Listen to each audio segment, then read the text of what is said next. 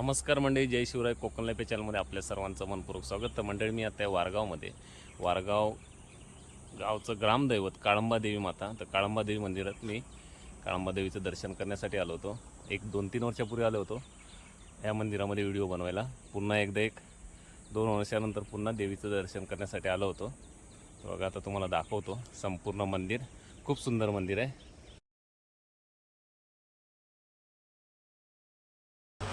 मंडळी, हे आहे श्री काळंबा देवी मंदिर, वारगाव.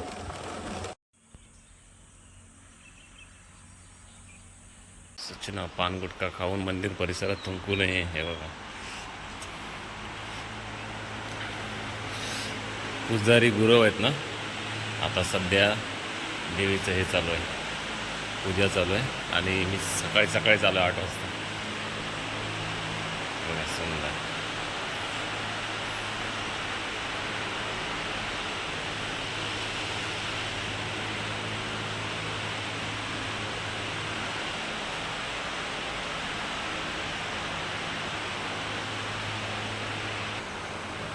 जय काळंबा देवी. ढोल वगैरे ठेवलेत. कार्यक्रम असतो ना त्यावेळी ढोल वापर करतात त्याचा. एकनाथ कोकाटे हे पालखी आहे इथे काळंबा देवीची.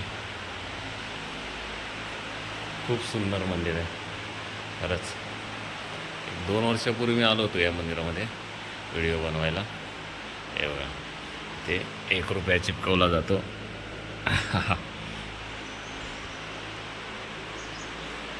नवस बोलला कोण ना, त्याचं आहे ते.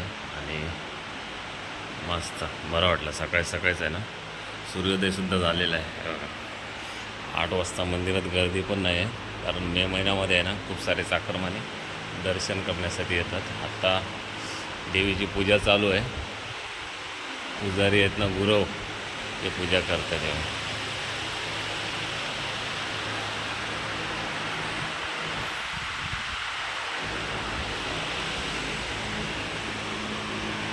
गणपती बाप्पा मोरया.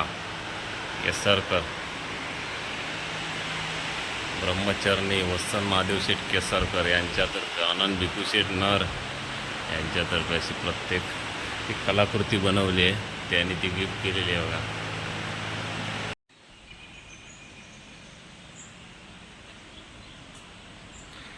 इथे आहे ना नंदी ठेवलं. इथे पण एक गाभारा बनवला. बघा, एक छोटंसं मंदिर आहे नंदी बाबाचं. हां, शंकराची पिंडी आहे. खूप सुंदर, मस्त आहे. बघा, बाजूलाच आहे. गाभाऱ्यात प्रवेश करू नये असं लिहिलं.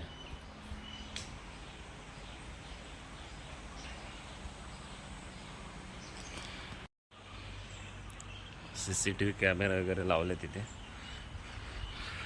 आणि आता आपण मंदिराच्या बाहेरच्या साईडला आलेलो आहोत. हे बघा,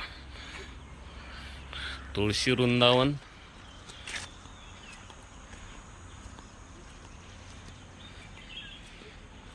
खूप छान परिसर. आणि खाली नारळाची झाडं, म्हणजे ती दुसरी जागा आहे कोणची तरी मला वाटतं.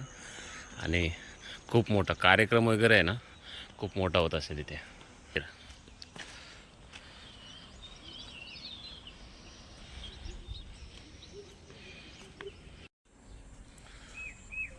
सुंदर फुल आहेत ना. आणि हे काळंबा देवी मंदिर आहे, खूप सुंदर.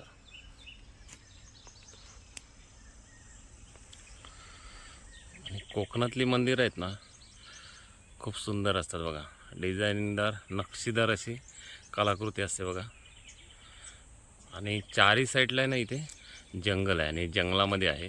आणि जवळच इथे एक 10 मिनटाच्या अंतरावर आहे ना वॉकिंग तुम्ही मुंबई गोवा हायवे, म्हणजे वारगाव स्टॉप आहे ना, स्टॉपपासून एक मला वाटतं 10 मिनटं तुम्ही पायी चालत मंदिरापर्यंत पोचू शकता.